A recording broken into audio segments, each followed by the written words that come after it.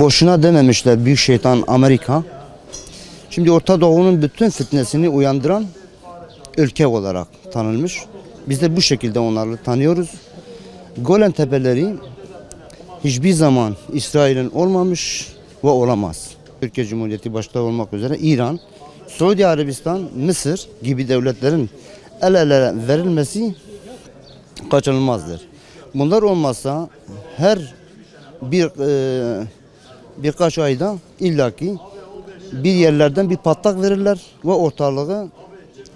ortalığı fitneye doldurur götürürler. Bu şekilde bizim tepkilerimiz, eğer halk olarak düşünürsek, bütün insanlardan kime sorarsan bir Müslüman olarak, yani büyük şeytan Amerikan, destekçileri de İsrail'dir. Onun bir benzeridir. Bunların ne dini, ne imanı, ne vicdanı olmayan insanlardır. O şekilde diye düşünüyoruz, lanetliyoruz ve onlar hiçbir zaman ne Golan Tepeleri, ne Kudüs'ü, hiçbir zaman hiçbir yeri onlara Müslüman olarak teslim edilmeyecektir diye düşünüyorum. Ve kararı kesin kınamıştıkken, ev karar Siyonist Amerika, İsrail'in talebi, o Amerikacı karar dedi. Am kınamıştıkken, am lanetlemiştıkken, tüşteki ne hoşu, naici. Sadece çok affedersin yani boşu boşuna dıştağılın, naici. Tüşki var ne mümkün. Bu kararı ilk başta kınıyorum, nefretle kınıyoruz. Yani Amerika verdiği kararı, bunu herkes bilsin, bu Amerika ile bir alakası değil, bu Müslümanlar verdiği bir karardır, Suudi'nin verdiği bir karardır, Mısır'ın verdiği karardır. Yani bu iş tepkiyle olmaz. Bütün işbirlikleri kesin, bütün Amerika askeri, bütün Müslüman ülkelerinde hava üssü var, kara var, bilmiyorum. Yani bu Müslümanlar verdiği bir karardır, Amerika ile alakası değil. Tabii ki biz Müslümanlar bir olmadığı zaman, biz birbirimize kucak açmadık zaman, birbirimize el uzatmadığı zaman bunlar hep başımıza gelecek. Yani şimdi sen Irak'a bak, Suriye bak, Türkiye bak, her yerde Amerika'ya girmiş. Yani tek olan değil, yani bütün Orta Doğu Amerika eline girmiş.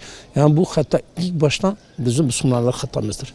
Yani bütün Müslümanlar bir olmak zamanı gelmiş, birbirimize el uzatmak zamanı gelmiş.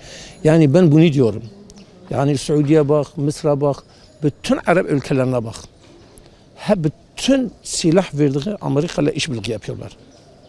Yani bu Amerika kendi gücüyle Golan Tepe'yi imzalamaz. Yani bu Müslümanları ülkenin parmağı olmasaydı bunu yapamazdı. Ben bunu nefretle kınıyorum. Pırzorama derri. Vardı Müslümanayı. Hem dinlerin iro gavurguş ali hevdikin. Am Müslüman am maalesef am tam tepki nadin. Ancak Reis Yemen Recep Tayyip Erdoğan او حبكي مدافعاتك لازم دخازن امجي son derece lazım tepki bedin.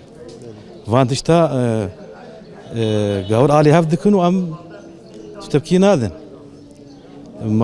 Arde Suri koz kocama arde Müslüman avkas nüfusu mapre ve yeki gavur Amerika karı çava karı arde Müslümana bede Yahudiye.